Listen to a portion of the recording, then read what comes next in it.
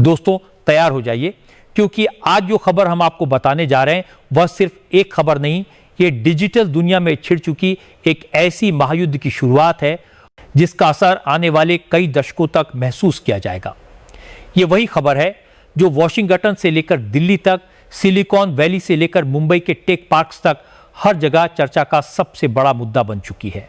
और यकीन मानिए, इस बार मामला सिर्फ राजनीति का नहीं, सिर्फ टेक्नोलॉजी का नहीं, बल्कि पूरी की पूरी डिजिटल संप्रभुता यानी डिजिटल स्वतंत्रता का है। अमेरिका, जो दशकों से दुनिया के डिजिटल साम्राज्य का बादशाह बना बैठा था, जिसने अपने गूगल, फेसबुक, इंस्टाग्राम, ट्विटर और व्हाट्सएप जैसे हथियारों से पूरी दुनिया को अपनी मुट्ठी में कैद कर रखा था, आज पहली बार किसी ने उसकी नींव हिला दी है। और यह कोई छोटा मोटा देश नहीं, बल्कि दुनिया का सबसे बड़ा लोकतंत्र भारत है। कहानी की शुरुआत होती है कुछ हफ्ते पहले, जब अमेरिका ने भारत के खिलाफ अपना अब तक का सबसे बड़ा आर्थिक हथियार चला 50% तक का टैरिफ। अमेरिका को लगा कि यह कदम भारत की अर्थव्यवस्था पर सीधा दबाव डालेगा, भारतीय कंपनियां घुटने टेक देंगी और भारत सरकार उनके आगे झुक जाएगी। लेकिन दोस्तों, ये 21वीं सदी का भारत है जो झुकने के लिए नहीं, बल्कि पलटवार करने के लिए जाना जाता है। और इस बार पलटवार इतना जोरदार था कि व्हाइट हाउस में बैठे सलाहकार भी हैरान रह गए। भारत ने सबसे पहले उन सभी चीजों के इंपोर्ट और एक्सपोर्ट पर रोक लगा दी जिन पर अमेरिका भारत पर निर्भर था। नतीजा यह हुआ कि अमेरिका की सप्लाई चेन में भूचाल आ गया। उनके बड़े बड़े उद्योगपतियों और कारोबारियों के चेहरे पीले पड़ गए और वहां की मीडिया में यह हेडलाइन बनने लगी, इंडिया स्ट्राइक्स बैक। लेकिन असली खेल तो इसके बाद शुरू हुआ। दोस्तों, यह तो सिर्फ झड़प थी। असली युद्ध का ऐलान तो तब हुआ जब भारत ने डिजिटल मोर्चे पर हमला बोल दिया। आज से पहले तक आप और हम सुबह आंख खुलते ही सबसे पहले जिस चीज का इस्तेमाल करते थे वो था गूगल, फेसबुक, इंस्टाग्राम, व्हाट्सएप या ट्विटर। हमारे बच्चों के होमवर्क से लेकर हमारे बिजनेस प्रोजेक्ट तक, हमारी हर छोटी बड़ी जरूरत के लिए हम इन्हीं अमेरिकी प्लेटफॉर्म्स पर निर्भर थे और यही निर्भरता अमेरिका का सबसे बड़ा हथियार थी। हमारा हर सर्च, हर मैसेज, हर तस्वीर, हर वीडियो, सब कुछ अमेरिका के सर्वर्स पर जाता था। हमारी पसंद नापसंद, हमारा सोचने का तरीका, हमारी खरीदने की आदतें, सब कुछ अमेरिका के पास दर्ज होता जा रहा था। भारत की 99% आबादी इन अमेरिकी डिजिटल सेवाओं का इस्तेमाल कर रही थी और इसके बदले अमेरिका अरबों खरबों डॉलर कमा रहा था। लेकिन अब भारत ने ठान लिया है, अब और नहीं। और इसी संकल्प का नतीजा है कॉमेट। जी हां दोस्तों, भारत ने अपना खुद का स्वदेशी गूगल लॉन्च कर दिया है और इसका नाम है कॉमेट। यह सिर्फ एक सर्च इंजन नहीं, बल्कि भारत का डिजिटल ब्रह्मास्त्र है। कॉमेट की ताकत का अंदाजा आप इस बात से लगा सकते हैं कि लॉन्च के पहले ही 24 घंटों में इसे दुनिया के 100 देशों में डाउनलोड किया गया और यह डाउनलोड रिकॉर्ड तोड़ गया। जैसे ही इसकी खबर फैली, सिलिकॉन वैली में आपात बैठकें होने लगीं, अमेरिकी टेक कंपनियों के शेयर गिरने लगे और अमेरिका के टेक जर्नलिस्ट ने खुलकर कहना शुरू कर दिया कि गूगल की बादशाहत खतरे में है। कॉमेट में वो सारी खूबियां हैं जो किसी भी आधुनिक सर्च इंजन में होनी चाहिए, बल्कि उससे भी ज्यादा सबसे पहली और सबसे बड़ी बात, आपका डेटा अब भारत में रहेगा। न चोरी, न जासूसी, न सेंसरशिप। जो कुछ आप कॉमेट पर सर्च करेंगे उसका रिकॉर्ड सिर्फ भारत के सर्वर पर होगा और उस तक पहुंच सिर्फ अधिकृत भारतीय अधिकारियों को ही होगी। दूसरी बड़ी खासियत, ये 23 से ज्यादा भारतीय भाषाओं में उपलब्ध है। अब इंटरनेट सिर्फ अंग्रेजी जानने वालों का अधिकार नहीं, बल्कि हर भारतीय अपनी भाषा में इसे इस्तेमाल कर सकेगा। तीसरी और सबसे खतरनाक ताकत, कॉमेट पूरी तरह एआई यानी आर्टिफिशियल इंटेलिजेंस से लैस है। यह आपकी पसंद नापसंद को सीखेगा, आपके लिए खुद से कंटेंट ढूंढेगा और आपको ऑडियो वीडियो के जरिए उसी भाषा में जवाब देगा जिसमें आप चाहेंगे। सोचिए, आप अपनी मातृभाषा में बोलकर कोई सवाल पूछते हैं और कॉमेट आपको उसी भाषा में जवाब दे देता है, वो भी सिर्फ टेक्स्ट नहीं, बल्कि ऑडियो और वीडियो में। यह सुविधा आज तक गूगल भी इस स्तर पर नहीं दे पाया है। और तो और कॉमेट आपकी इंटरनेट डेटा खपत को भी कम करेगा, यानी आपका 1 GB डेटा पहले से ज्यादा चलेगा, जिससे गरीब से गरीब यूजर भी लंबे समय तक इंटरनेट का फायदा उठा सकेगा। यह कदम सिर्फ तकनीकी नहीं बल्कि कूटनीतिक भी है। ऐसा कदम पहले चीन ने उठाया था जब उसने गूगल, यूट्यूब और फेसबुक को अपने देश में बैन कर दिया और अपने प्लेटफॉर्म्स लॉन्च किए।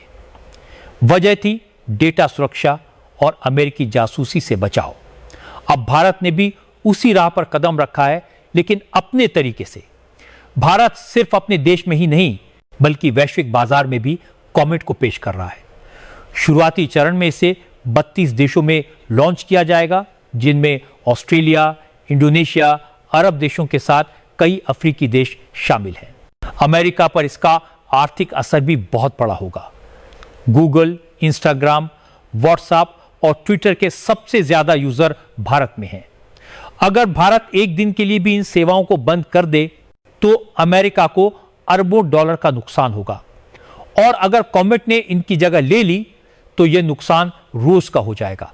लेकिन दोस्तों, कॉमेट सिर्फ शुरुआत है। भारत जल्द ही ट्विटर, इंस्टाग्राम और व्हाट्सएप जैसे ऐप्स के भी भारतीय वर्जन लॉन्च करने की तैयारी में है। यानी आने वाले वक्त में हमारा हर मैसेज, हर फोटो, हर वीडियो भारत के सर्वर पर रहेगा और भारत के कंट्रोल में रहेगा। और यही वजह है कि अमेरिका की नींद उड़ चुकी है। खबर है कि अमेरिकी राष्ट्रपति डोनाल्ड ट्रंप ने पीएम नरेंद्र मोदी को अमेरिका आने का न्योता दिया है ताकि इस पूरे विवाद को बातचीत से सुलझाया जा सके। लेकिन असली सवाल यह है, जब भारत इस समय डिजिटल मोर्चे पर जीत की स्थिति में है तो क्या उसे नेगोशिएशन में जाना चाहिए या फिर इस मौके का फायदा उठाकर अपनी डिजिटल आजादी को पूरी तरह स्थापित करना चाहिए? तो दोस्तों, इस पूरी कहानी का निष्कर्ष किसी साधारण घटना का अंत नहीं बल्कि एक ऐतिहासिक मोड़ का आगाज है। यह केवल एक सर्च इंजन के जन्म की बात नहीं बल्कि उस डिजिटल क्रांति की घोषणा है जो आने वाले दशकों तक भारत की पहचान को बदलने वाली है।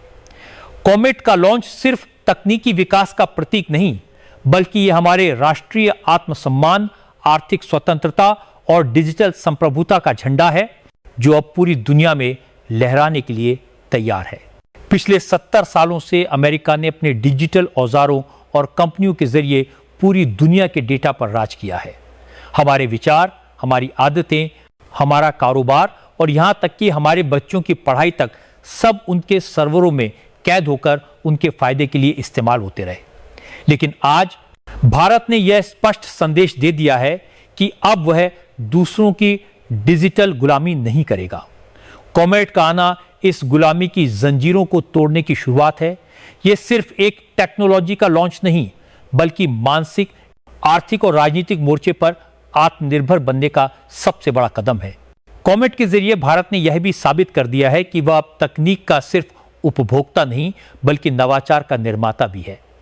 यह वही भारत है जिसने कभी आईटी और सॉफ्टवेयर सेवाओं से दुनिया को चौंकाया था और अब एआई और डेटा सुरक्षा के क्षेत्र में भी दुनिया को पीछे छोड़ने की तैयारी में है। यह कदम केवल हमारे देश के 140 करोड़ नागरिकों के डेटा को सुरक्षित रखने का वादा नहीं बल्कि विश्व के सामने एक आदर्श स्थापित करने का प्रयास है कि तकनीकी प्रगति के साथ साथ निजता और संप्रभुता भी सुरक्षित रह सकती है। आर्थिक दृष्टि से देखें तो यह फैसला अमेरिका जैसी महाशक्ति के लिए भी एक सीधी चुनौती है। भारत का बाजार दुनिया के सबसे बड़े इंटरनेट यूजर बेस के रूप में पहचाना जाता है। अगर यह बाजार अमेरिकी प्लेटफॉर्म से हटकर भारतीय प्लेटफॉर्म्स पर आ जाता है तो न सिर्फ अरबों डॉलर की धनराशि यही देश में घूमेगी बल्कि लाखों युवाओं के लिए नए रोजगार और स्टार्टअप के अवसर भी पैदा होंगे। यह डिजिटल आत्मनिर्भरता हमारे व्यापार संतुलन को मजबूत करेगी और विदेशी निर्भरता को कम करेगी। कूटनीतिक दृष्टि से भी यह एक मास्टर स्ट्रोक है। अमेरिका जैसे देश जो अब तक डेटा और तकनीक के जरिए दबाव बनाते थे, अब भारत के साथ बराबरी से बातचीत करने पर मजबूर होंगे। आने वाले समय में कॉमेट सिर्फ भारत में ही नहीं बल्कि दर्जनों देशों में अपना पैर पसारेगा, जिससे भारत वैश्विक डिजिटल मानचित्र पर एक नई शक्ति के रूप में उभरेगा। और सबसे महत्वपूर्ण बात, यह कदम एक पीढ़ीगत बदलाव का प्रतीक है। आने वाली पीढ़ियां जब इतिहास पढ़ेंगी तो उन्हें यह साल याद रहेगा कि यही वह समय था जब भारत ने डिजिटल दुनिया में अपना ताज पहन लिया। वे कहेंगे कि जिस तरह 1947 में हमने राजनीतिक आजादी पाई थी, वैसे ही 2025 में हमने डिजिटल आजादी पाई और इस आजादी का नाम है कॉमेट। यह सिर्फ एक ऐप नहीं, यह भारत की डिजिटल स्वतंत्रता का बिगुल है। यह आत्मनिर्भर भारत का डिजिटल स्वरूप है। यह उस युग की शुरुआत है जब भारत सिर्फ दुनिया की तकनीक का हिस्सा नहीं रहेगा, बल्कि उसका नेतृत्व करेगा। कॉमेट आने वाले कल का वह सूरज है जिसकी किरणें दुनिया भर के देशों को प्रेरणा देंगी कि तकनीक की असली ताकत अपने देश और अपने लोगों के हित में इस्तेमाल की जाए। और यही कारण है कि आज हम गर्व से कह सकते हैं, भारत अब डिजिटल गुलामी से मुक्त है और इस आजादी की गूंज आने की वाली सदियों तक सुनाई देगी।